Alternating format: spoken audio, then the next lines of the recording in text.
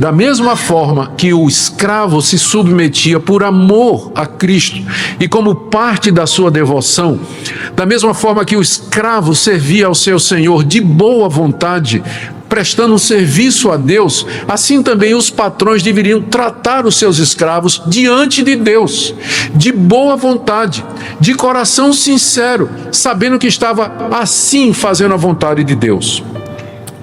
Desta forma, Paulo coloca no mesmo pé de igualdade o patrão e o seu empregado. Ambos são servos de Deus, ele está se referindo aqui aos cristãos. Ambos são servos de Deus e ambos servem a Deus em esferas diferentes, um como escravo e o outro como patrão, um como empregado e o outro como o seu mestre.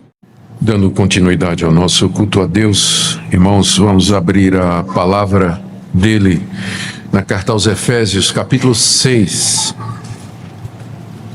e vamos ler o verso 9, que é o texto que servirá de base para a exposição da palavra de Deus nessa noite. Efésios capítulo 6, verso 9. E vós, senhores, de igual modo procedei para com eles, deixando as ameaças, sabendo que o Senhor, tanto deles como vós, está nos céus, e que para com ele não há acepção de pessoas. Nosso Deus, pedimos que nos orientes na compreensão da Tua palavra. Quero orar pelos empresários, comerciantes, donas de casa, gerentes, chefes, supervisores, todos aqueles que estão numa posição de autoridade sobre outras pessoas. Quero pedir que o Senhor fale aos seus corações nessa noite. Que o Senhor nos ajude a exercer a autoridade que o Senhor nos deu da forma correta, forma bíblica, que seja abençoadora. E no mundo, Senhor, onde o autoritarismo, o despotismo são tão usados no ambiente do trabalho, nós pedimos que o Senhor nos ajude como cristãos a fazer a diferença. Pedimos ao Pai que o Senhor abençoe também o nosso país, a situação de trabalho no ambiente brasileiro. Pedimos que o Senhor nos lembre que Tu estás nos céus e que o Senhor domina sobre tudo e todos.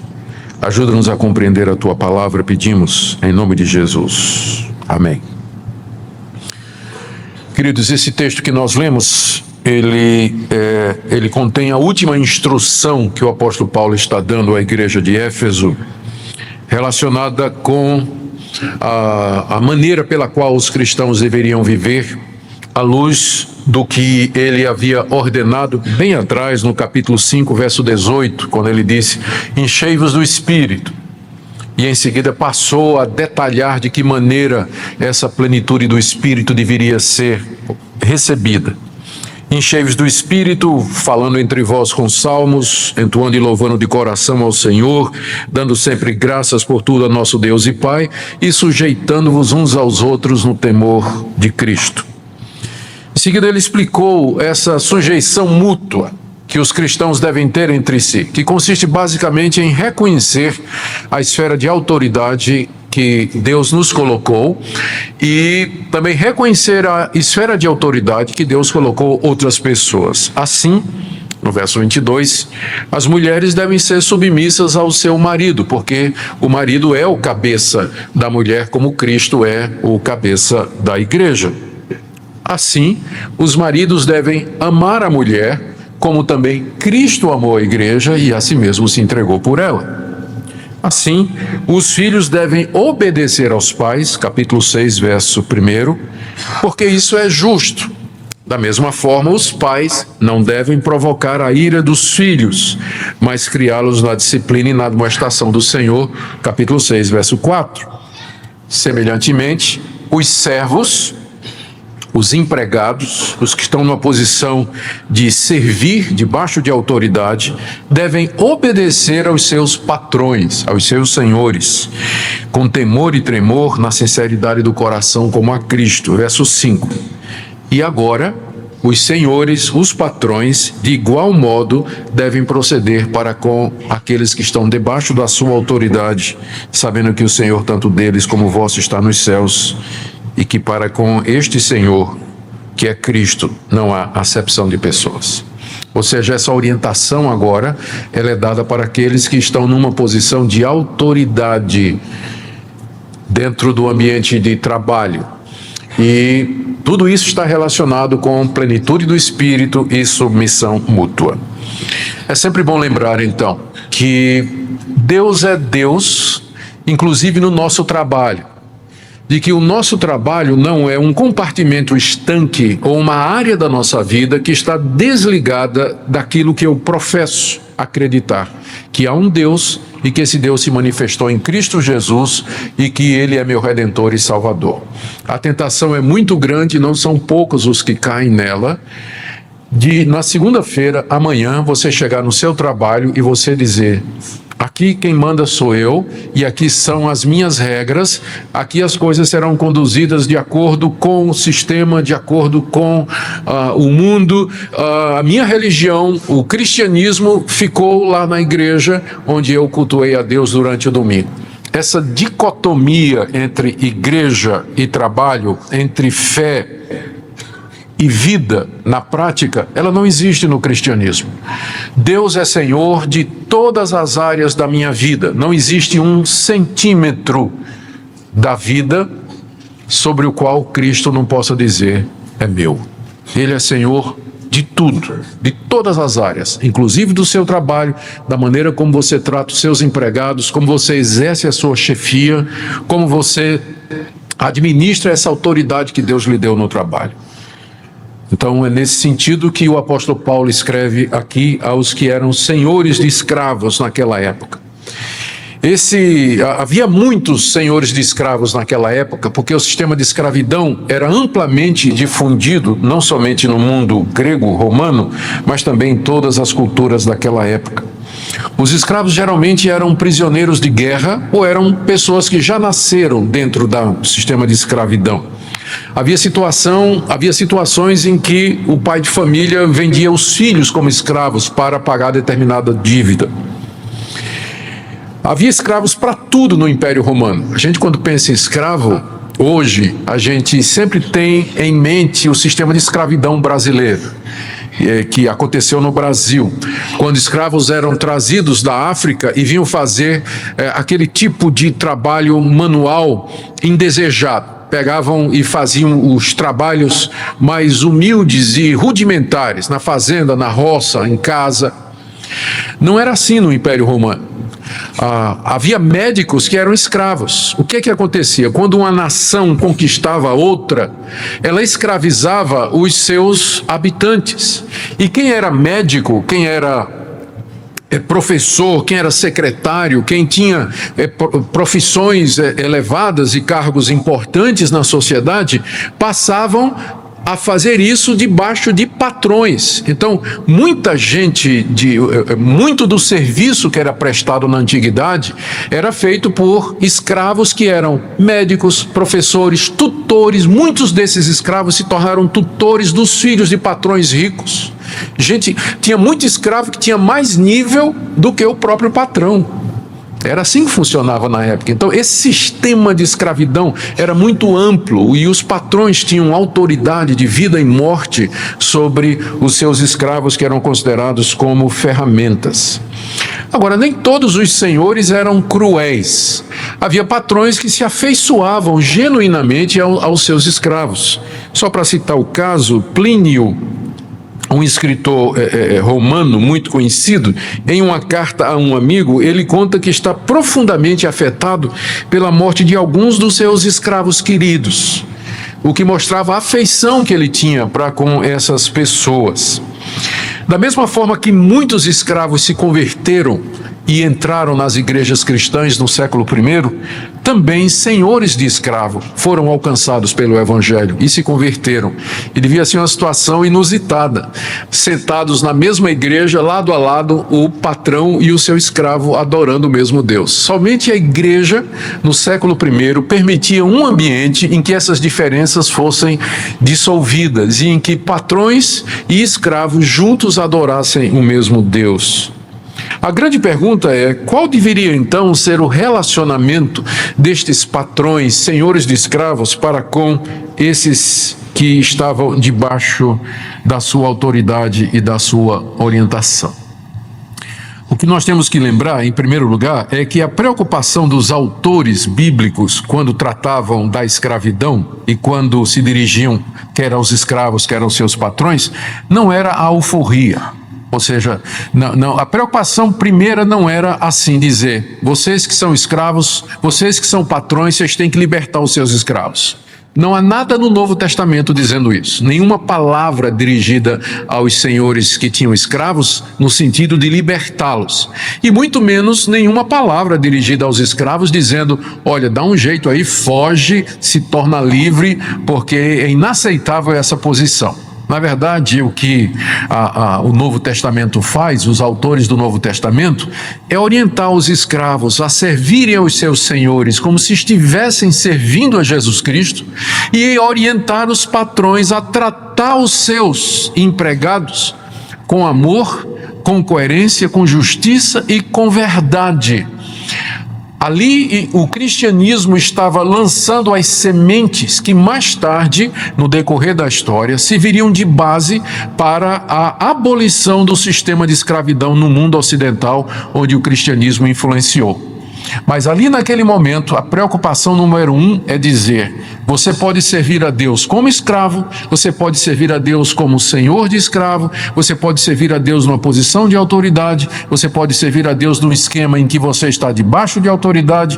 Ou seja, a minha primeira preocupação não é tanto o estado em que eu me encontro, pensando socialmente e trabalhisticamente, mas no meu relacionamento com Deus e com outras pessoas. É por isso que a missão principal da igreja não é a revolução social, não é a revolução política. Toda vez que a igreja se engajou com outros grupos para tentar resolver o problema do homem politicamente, socialmente, ela sempre foi prejudicada dessa parceria. A igreja tem uma função única, que é anunciar o evangelho de Cristo, porque o problema que está na raiz de toda injustiça social, de todo sistema econômico injusto, é o pecado do coração humano. É o pecado. E você pode mudar o sistema, você pode alterar as leis, e isso é bom, nós temos que fazer isso dentro das possibilidades. Quanto mais leis justas, melhor para todos, mas não é isso que vai resolver o problema. Porque o problema é a corrupção do coração humano, dos escravos e dos patrões.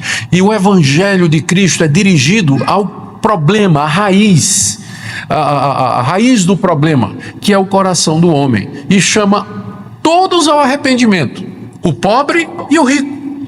Eu já disse no domingo passado, por que é que eu não sigo a teologia da libertação e nem determinadas teologias que priorizam o pobre e que fazem do pobre, do ser pobre, quase um sacramento.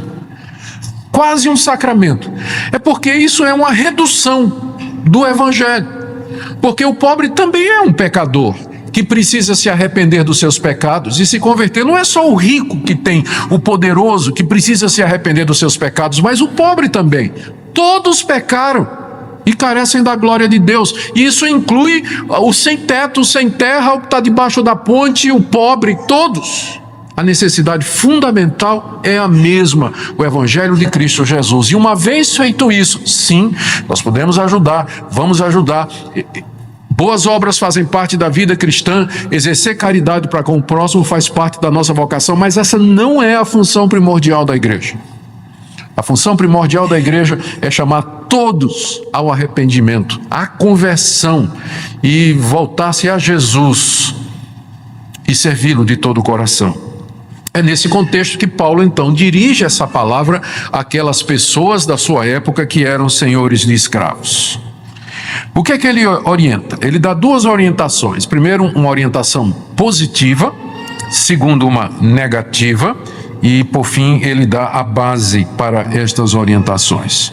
Positivamente, Paulo diz aqui no verso 9, que os senhores deveriam de igual modo proceder para com eles. Eles aqui se refere aos escravos. De igual modo. O que é que isso significa? Nos versos anteriores, o apóstolo Paulo havia dito que os escravos deveriam servir aos seus senhores. Primeiro, com temor e tremor. Verso 5. Servir aos seus senhores como a Cristo. Ainda verso 5. Deviam servir aos seus senhores fazendo a vontade de Deus, verso 6. E ainda de boa vontade, verso 7. Agora Paulo diz, da mesma forma, os patrões devem tratar os seus empregados. É claro que Paulo não está dizendo que o patrão vai fazer o papel do empregado. Ele também não está dizendo que essa distinção entre patrão e empregado tem que acabar no evangelho. Não, o que ele está dizendo é que da mesma forma que o escravo se submetia por amor a Cristo e como parte da sua devoção, da mesma forma que o escravo servia ao seu senhor de boa vontade, prestando um serviço a Deus, assim também os patrões deveriam tratar os seus escravos diante de Deus, de boa vontade, de coração sincero, sabendo que estava assim fazendo a vontade de Deus. Desta forma, Paulo coloca no mesmo pé de igualdade o patrão e o seu empregado. Ambos são servos de Deus, ele está se referindo aqui aos cristãos. Ambos são servos de Deus e ambos servem a Deus em esferas diferentes. Um como escravo e o outro como patrão. Um como empregado e o outro como o seu mestre, como o seu patrão. Então, onde quer que nós estejamos na sociedade, nas relações trabalhistas, a regra é a mesma. Você vai servir a Deus de todo o coração. Você vai desempenhar o seu papel na esfera em que você se encontra, quer seja empregado, quer seja patrão. Você vai servir a Deus. Você vai fazer a sua parte como se você estivesse servindo a Deus de todo o coração. Isso era um conceito revolucionário para aquela época em que essas relações, especialmente do patrão e do empregado, eram extremamente cruéis por vezes. Mas agora Paulo diz, olha, da mesma forma que o escravo serve a Deus obedecendo ao Senhor, você, patrão, você que tem gente debaixo de autoridade, você deve fazer a mesma coisa. Fazer isso com amor, como serviço a Deus e lembrando que o nosso Deus está presente em todas as coisas. Então está aí, em primeiro lugar, essa orientação, que o patrão deve exercer a sua autoridade como parte do seu serviço a Deus.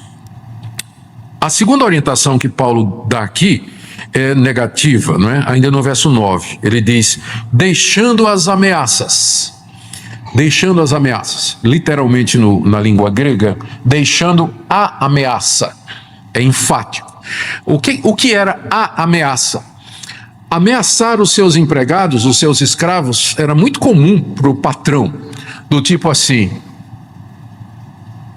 eu vou mandar matar você, eu vou mandar cortar sua mão, eu vou mandar furar seu olho, e eles faziam isso mesmo. Então, ameaçavam constantemente os seus escravos. E essas ameaças, elas eram seguidas de brutalidade, de maus tratos, de humilhação. Hoje seria mais ou menos você usar a posição de autoridade que você tem na sua empresa, como dona de casa tratando a doméstica, ou na empresa em que você trabalha, que você é gerente, que você tem algum cargo de autoridade, você tratar os seus subordinados do tipo assim, ou você faz isso ou você perde o seu emprego, ou você faz isso ou então vou tirar essa sua promoção, ou você faz isso ou vai ter esse tipo de coisa. Eu sou o patrão, você é o empregado. Você não passa de um reles empregado e eu sou o patrão. Conheça seu lugar. Há tantas formas de humilhação no ambiente de trabalho. E às vezes o que acontece é que quem está humilhando os empregados é o crente. É o crente. Ele é evangélico. Na igreja ele está cantando, está louvando a Deus, mas durante a semana no trabalho, ele está fazendo esse tipo de coisa com os seus empregados, com os seus subordinados. Paulo diz, deixem as ameaças. Deixem as ameaças. A palavra deixar aqui significa renunciar, desistir. Pare de ameaçar aqueles que estão debaixo da sua autoridade. O cristianismo não só exige que o patrão não espanque e nem trate com violência o empregado, mas até mesmo que pare de ameaçá-lo. Pare de ameaçá-lo. E a razão que é dada aqui é, no verso 6, é dupla. A razão, por que é que o patrão crente, ele não pode ameaçar os seus empregados, tratá-los de forma rude, brutal e humilhá-los? Por que é que não pode fazer isso? Paulo diz aqui no final do verso 9: vocês têm que saber que o Senhor, tanto deles, dos escravos, como vosso, ou seja, o patrão tem um patrão. Você não é absoluto, o patrão tem um patrão, e é o mesmo patrão do seu subordinado. Sabendo que o Senhor, tanto deles quanto vosso, está nos céus, e que para ele não há acepção de pessoas. Essa é a razão pela qual, ao exercer a autoridade que você recebeu da parte de Deus no seu trabalho, você deveria exercê-la com humildade, com equidade, com sabedoria, com prudência, deixando as ameaças, os maus tratos e as humilhações. Por quê? Primeiro, porque o Senhor de todos está nos céus. Você está na terra. Você está na terra, mas o Senhor de tudo está nos céus, ou seja, Ele é onipotente, ou seja, Ele reina sobre todos, ou seja, Ele vê todas as coisas. A sua autoridade não é autônoma. Os governos governam pela concessão daquele que está nos céus e tem todo o poder no céu e na terra. O dono de uma empresa exerce a sua autoridade por causa daquele que está sentado no trono do universo. Qualquer posição, o marido exerce a sua autoridade, o governo da igreja exerce a sua autoridade, não por qualquer mérito em nós como humanos, mas por delegação do Senhor que está nos céus. Portanto, a gente sempre tem que lembrar, ao exercer a autoridade, que é uma delegação. Nenhum ser humano tem autoridade intrínseca sobre outro, porque nós todos somos feitos à imagem e semelhança de Deus. E se nós exercemos alguma autoridade é porque foi delegada por Deus. E se foi delegada, isso significa que eu vou prestar contas dessa delegação. Eu vou responder diante de Deus, da forma como eu tratei as pessoas que estão debaixo dessa autoridade. Eu vou responder diante de Deus, aqui e no dia do juízo. Essa é a razão que Paulo diz aqui: trate bem os seus empregados, porque o seu patrão está no céu. Você também tem um patrão. E ele está vendo o que é que você está fazendo. Ele está nos céus. Ele está acima de você. Lembre-se disso. E esse patrão, diz aí o apóstolo Paulo, para com ele não há acepção de pessoas. Ou seja, ele não vai sempre dar razão ao patrão e condenar o empregado. Ele não vai perdoar você só porque você fez isso com o seu empregado. Para com esse Deus não há acepção de pessoas.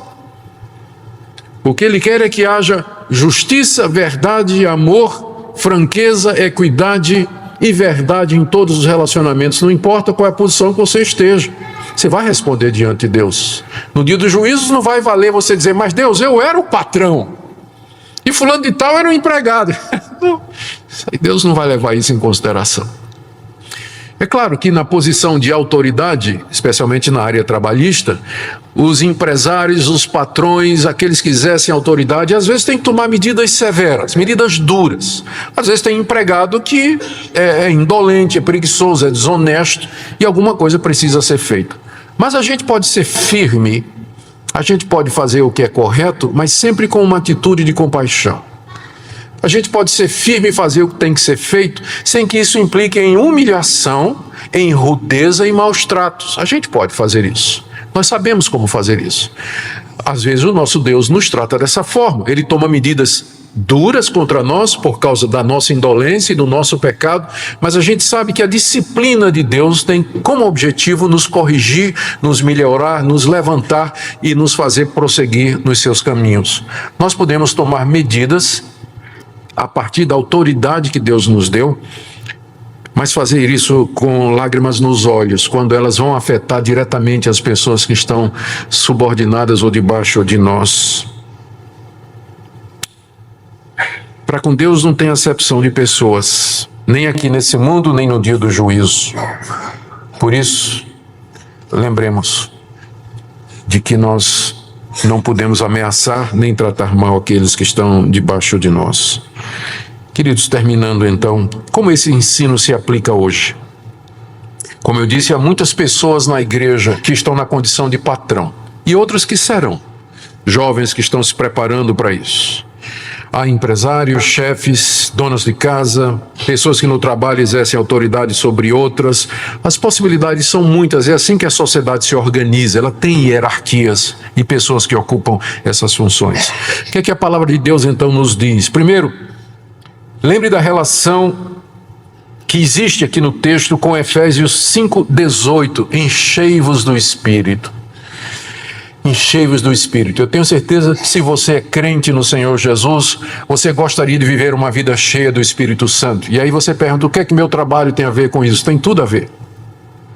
Você não pode ser cheio do Espírito Santo se você trata os seus empregados de forma rude, de forma humilhante, de forma injusta, de forma opressora. Na verdade, a plenitude do Espírito Santo se manifesta exatamente no ambiente de trabalho, porque é aí quando mais nós necessitamos da graça de Deus. É fácil, entendam o que eu vou dizer, ser cheio do Espírito Santo na igreja, onde todo mundo é cristão, onde todos estamos cantando, louvando a Deus, sentindo todos aquela alegria. Mas nós vamos precisar mais do Espírito Santo é segunda-feira, lá no ambiente de trabalho. Então, as duas coisas estão relacionadas. Você não pode esquecer essa relação. Lembre disso, que a sua vida espiritual está relacionada pela maneira como você ganha o seu pão, como você exerce o seu trabalho. Você não pode fazer essa dicotomia entre aquilo que é secular, mundano e profano, que é o seu trabalho, e o seu relacionamento com Deus, que é a coisa sagrada, a coisa divina. Não tem essa separação. Deus é Senhor de todas as áreas da sua vida. Segundo, lembre também da relação que essa passagem tem com o verso 21, sujeitando-vos uns aos outros no temor de Cristo. Faz parte do meu dever como cristão exercer os meus deveres, as prerrogativas da minha função, nessa ideia de sujeição mútua. Ou seja, eu tenho que, da mesma forma como eu quero que os meus empregados eles me respeitem, eu também devo lembrar que é mútuo isso. Eu tenho que tratá-los como o Senhor Jesus os trata, em amor, tratá-los com justiça, com verdade, sem humilhação e sem ameaça. Por isso, no tratamento com aqueles que estão debaixo da sua autoridade, lembre-se que o Senhor de todos está nos céus. Ou seja, exerça a sua função como um serviço a Deus, como parte daquilo que você professa. Desde as ameaças, os maus tratos, humilhações e opressão. Seja justo, cumpra os acordos, as obrigações, faça o que tem que ser feito. E por último, é aqui uma palavra de encorajamento. Lembre que, ao dizer que o nosso Senhor está nos céus, Paulo não coloca isso somente como uma ameaça.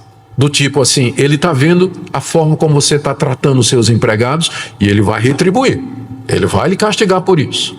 Não é só nesse sentido. Ao dizer que o nosso Senhor está nos céus, Paulo está dizendo que há um Deus que guia a história, que controla as instituições, que controla a economia, que controla a política e os destinos do nosso país. Ele é o Senhor.